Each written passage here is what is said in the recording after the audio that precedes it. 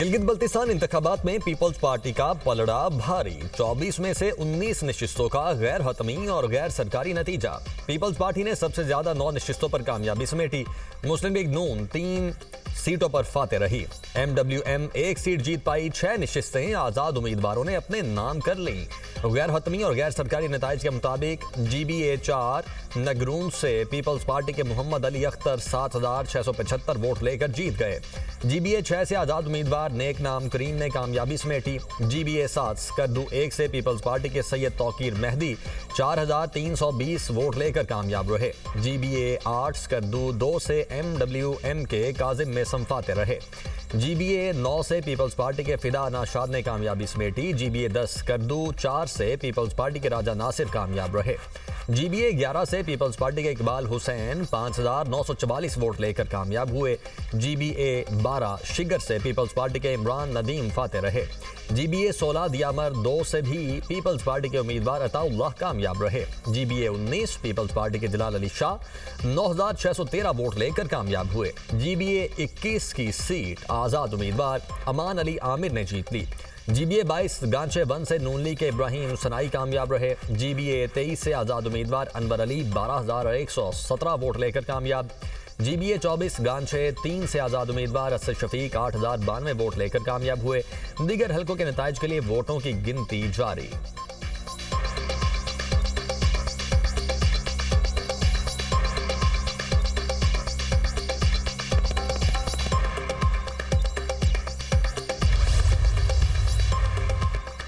गिलगित बल्तिस्तान में तीरों की बारिश हो रही है। चेयरमैन पीपल्स पार्टी बिलावल भुट्टो का ट्वीट। जालों को जीत पर मुबारकबाद। कहा, गिलगित बल्तिस्तान में पीपल्स पार्टी वाहिद बड़ी जमात बनकर उभर रही है।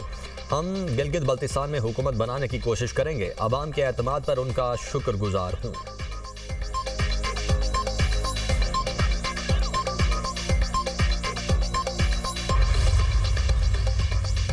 इसराइल के ईरान के मुख्तलिफ शहरों पर हमले। तेहरान, तब्रेज़, इस्फहान और कर्ज में धमाके सुने गए। तर्जुमान इसराइली फौज के मुताबिक फ़ज़ाइया ने मगरबी और वस्ती ईरान में फौजी अहदाफ को निशाना बनाया।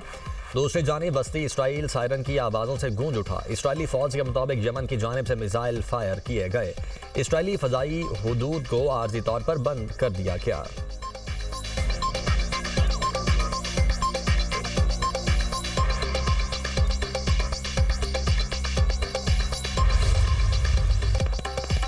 ईरान के भी इसराइल पर मिसाइल हमले। इसराइली फौज ने दावा किया है कि ईरान से फायर किए गए तमाम मिसाइल तबाह कर दिए। ताजदारान इनकलाब का कहना है इसराइल पर बैलिस्टिक मिसाइल दागे। हमले वार्निंग थे। इसराइल लेबनान पर हमले रोक दे। जारहियत दोहराई गई तो मजीद सख्त जवाब देंगे। खित्ते में तमाम अमरीकी और इसराइली अहदाफ को निशाना बनाया जाएगा। तमाम महाजों पर फायरबंदी कबूलियत की शर्त थी। अमरीका और इसराइल ने अपने वादों पर अमल नहीं किया। मुशीद ईरानी सुप्रीम लीडर मोहसिन रजाई कहते हैं, खबरदार किया था कि जंगबंदी की खिलाफ वर्जी और लेबनान पर हमले बर्दाश्त नहीं किए जाएंगे। हमलावरों को जवाब मिल गया।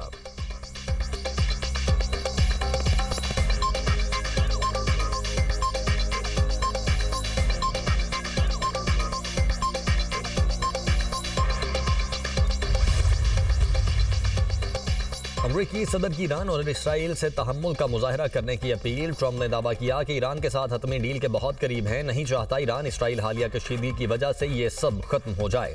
नेतन्याहू जवाबी हमले करेंगे तो सिलसिला ऐसे ही चलेगा। मुआहदे पर पीर, मंगल या बुध को दस्तखत होने थे। ईरान को मशवरा दिया, आपने मिसाइल दागे, बस इतना ही काफ़ी है। ईरान मुज़ाकरात की मेज़ पर वापस आए और मुआहदा करे।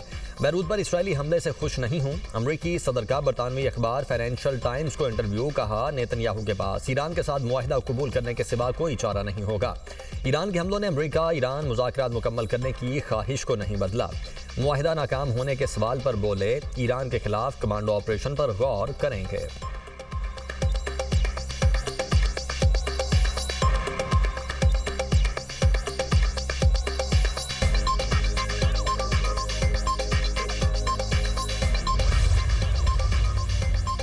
खित्ते में बढ़ती कशीदगी पर ईरानी वज़ीर ख़ारिजा के टेलीफोनिक राब्ते। अब्बास इराक़ची का कहना है, पाकिस्तान के फील्ड मार्शल सैयद आसिम मुनीर से बात हुई। फील्ड मार्शल ने अमरीका और ईरान के दरमियान सालिसी की कोशिशों में अहम किरदार अदा किया है।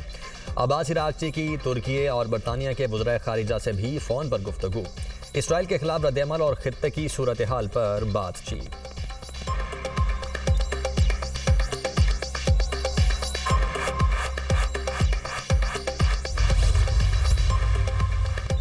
इसराइल के खिलाफ दिफाई हमले किए। इसराइल पर हमलों के बाद ईरानी वजारत खारिजा का बयान, कहा हमले जंगबंदी की खिलाफ वर्जियों के बाद किए गए। लेबनान में जंगबंदी अप्रैल के मुआहदे का लाजमी हिस्सा थी। लेबनान में इसराइली कार्रवाइयों के जवाब में इकदाम किए। ईरान या लेबनान के खिलाफ इसराइली कार्रवाई का भरपूर जवाब दिया जाएगा।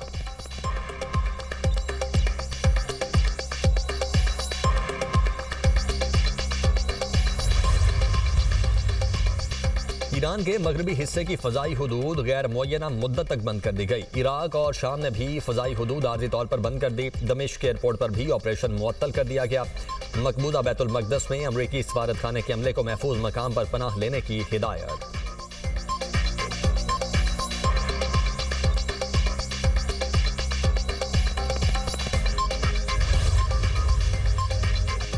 पाकिस्तान के खित्ते में क़याम अमन की कोशिशें। वज़ीर दाखिला मोहसिन नकवी की तेहरान में ईरानी वज़ीर ख़ारिजा अब्बास अराग़ची से मुलाकात। मोहसिन नकवी ने ईरानी सुप्रीम लीडर के लिए वज़ीर आज़म और फील्ड मार्शल का खुसूसी ख़त पहुँचाया। दोनों रहनुमाओं की अमरीका ईरान मुज़ाकराती अमल पर गुफ्तगू, सालिसी की कोशिशों और खित्ते की सूरत हाल पर तबादला ख्याल।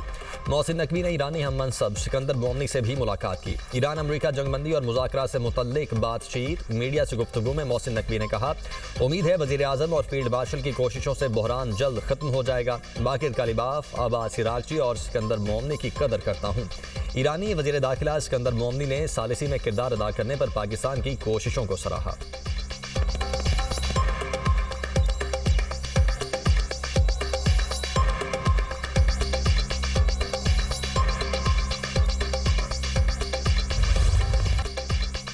फिलिपाइन के जनूबी शहर जनरल सांतोस में 7.8 शिद्दत का खौफनाक जल्जला, 5 अफराद हलाक, मुतअद्दिद जख्मी। फिलिपाइनी हुकाम के मुताबिक जल्जले से मुख्तलिफ इलाकों में घरों और इमारतों को नुकसान पहुंचा। रेस्क्यू टीमें मुतासरा इलाकों में इमदादी सरगर्मियों में मसरूफ।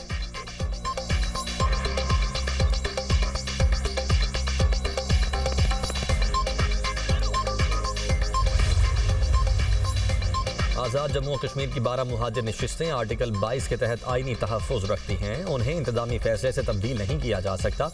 सुप्रीम कोर्ट आज़ाद कश्मीर की हुकूमती रेफरेंस पर राय। सदर को भेजे गए रेफरेंस के जवाब में कहा, मुहाजिर नशिस्तों में किसी भी तब्दीली के लिए आर्टिकल 33 के तहत आईनी तरमीम नागुज़ीर है। बाकी मामला आईनी मामलात मुंतखब असम्बली के सुपुर्द किए जाएँ। सुप्रीम कोर्ट आज़ाद कश्मीर ने करार दिया, आईनी तब्दीली का रास्ता असम्बली और वोट है, दबाव और महाज़ाराई नहीं। आइन के तहत इंतखाबात का बरवक्त इनेकाद लाजमी है। एहतजाज या सियासी तनाज़ा इंतखाबात में रुकावट नहीं बन सकता। अदालत ने वाज़ेह किया कि आईनी सवालात का फैसला मुंतखब नुमाइंदे करेंगे, न कि सड़कों पर दबाव डालने वाले गिरोह। अदालती राय ने इंतखाबात और रियासती इदारों में मुदाखिलत करने वालों के खिलाफ कानूनी कार्रवाई की बुनियाद को मज़ीद मजबूत कर दिया।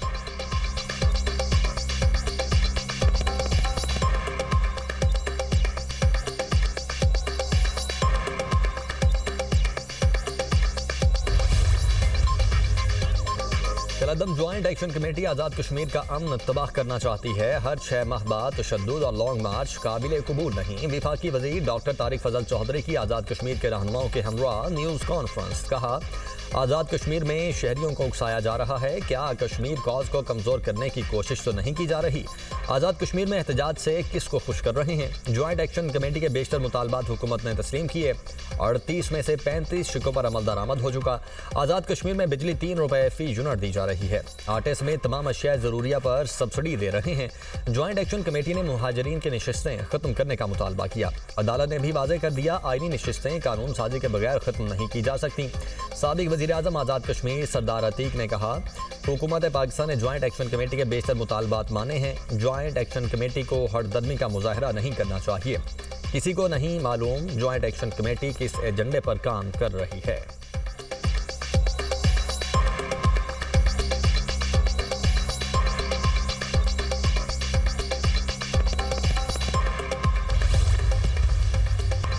वज़ीर आज़म की ज़ेर सदारत कौमी इक़्तिसादी काउंसिल का इजलास आज पहर 3 बजे होगा। चारों सूबों के वज़राए आला शिरकत करेंगे। आइंदा माली साल का कौमी तरक्याती बजट मंजूरी के लिए पेश किया जाएगा। रवा माली साल के तरक्याती बजट का जायजा भी लिया जाएगा। सूबों के सालाना तरक्याती प्लान पर प्रेजेंटेशन इजलास के एजेंडे का हिस्सा। विफाकी और सूबों के तरक्याती बजट मंजूरी के लिए पेश किए जाएंगे। आइंदा माली साल के अहम मुआशी अहदाफ की मंजूरी भी दी जाएगी।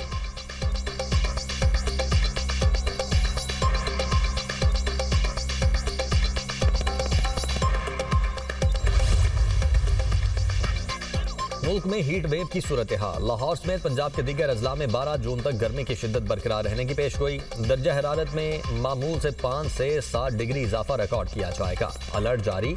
सिंध के मुख्तलिफ इलाके और बलोचिस्तान भी गर्मी की लपेट में। सिब्बी, तुर्बत और पंजगूर में दर्जा हरारत मामूल से 4 से 6 डिग्री सेंटीग्रेड ज्यादा रहने का इम्कान।